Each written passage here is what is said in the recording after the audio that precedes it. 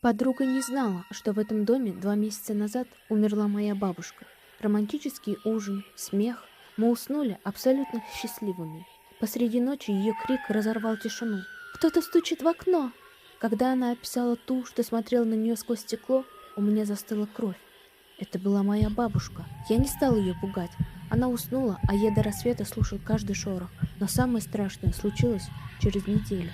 Я дремал перед телевизором, когда почувствовал, диван рядом со мной продавился, будто кто-то сел. И прямо в ухо, тяжелое, хриплое дыхание, то самое, предсмертное. Я сорвал одеяло. Шторы метнулись, как от дикого сквозняка. Кот подорвался и начал шипеть в пустой угол комнаты. Кажется, бабушка не хочет нас отпускать.